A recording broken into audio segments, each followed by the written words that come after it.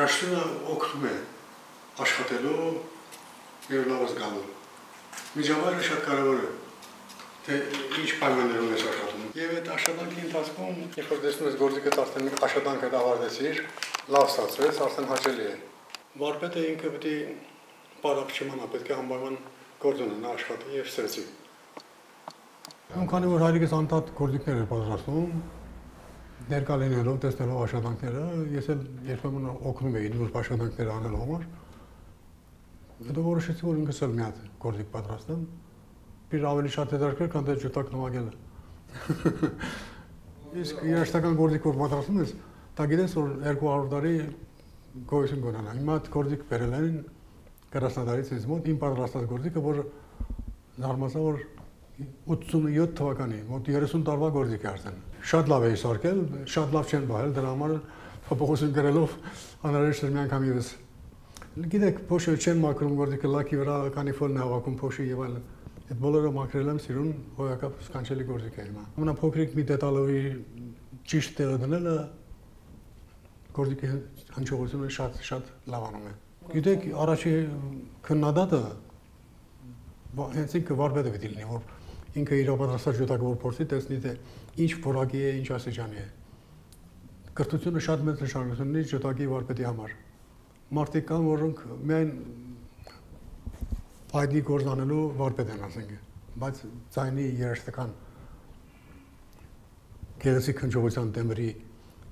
համար անպայման պետք է ջութակարը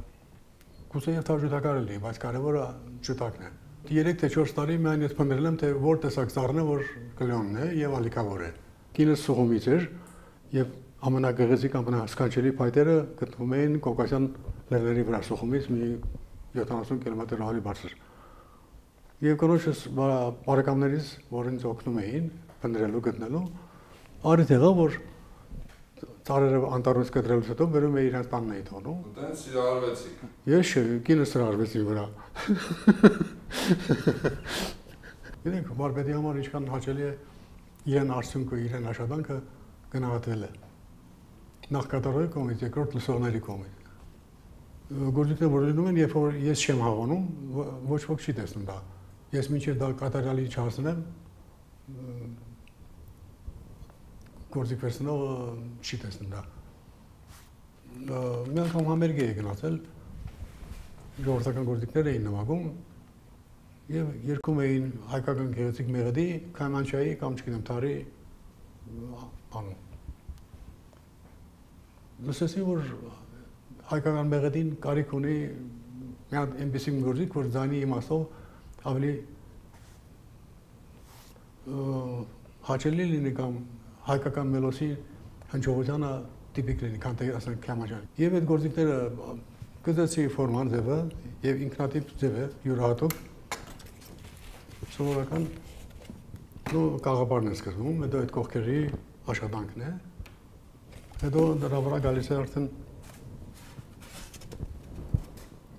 այս վրայի մասն է, որ գինի կապարիչը,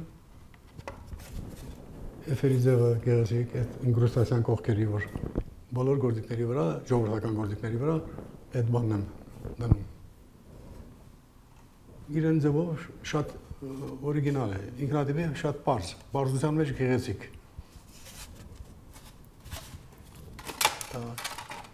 Ուժերս է, որ ավելի շատ ներեր, ավելի շատ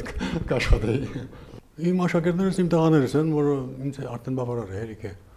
Այսինքն ես ոնց որ հայրիկի մոտ սովորել եմ, նույնն տղաներս ինձ մոտ են սովորել։ Նու գաղտնիները ուրիշներին բացառել չէ, տղաներս գիտեն։ Նու ջութակների քանակը 300-ից անցնում է, ալտերը 150 հատ։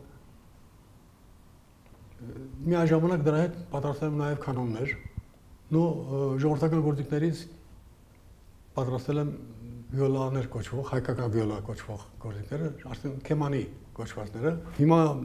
մտածում եմ, որ մի հատ այդ գործիքների ժողովրդական գործիքների շարքը ավելացնեմ նաև քնարով։ Թավ ջութակը ամենաաշխատատար շատ գործ է պահանջում։ Ծավալով մեծ է, նույնիսկ ամենափոքրիկ գործիքով պետք է հակել, տաշել այդ սկական թավ ջութակի մեծությունը։ Սա լավագույն գործիքներից մեկն է, որ հատուկ պատվիրել եմ ինձ համար։ Շատ հեշտ, գեղեցիկ, ուզած տեղը կարող է տաշել։ Ջութակների մեջ, բոլոր գործիքների մեջ դնում եմ պիտակս, որ գրված է Մարտին Երեսյան Շահենի որդի, պատրաստված է Երևանում, այսինչ թիվ։ Մարսելում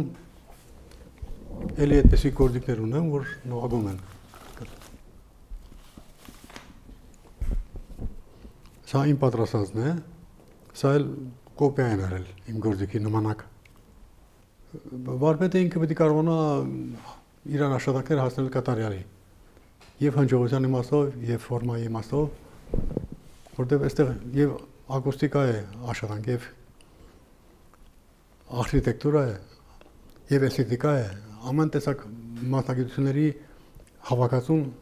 պետք է լինի, որպեսզի գործիքը լինի գեղեցիկ եւ հնչեղ։ Եթե սիրահարված չլինես աշխատանքի, արդյունք չկա։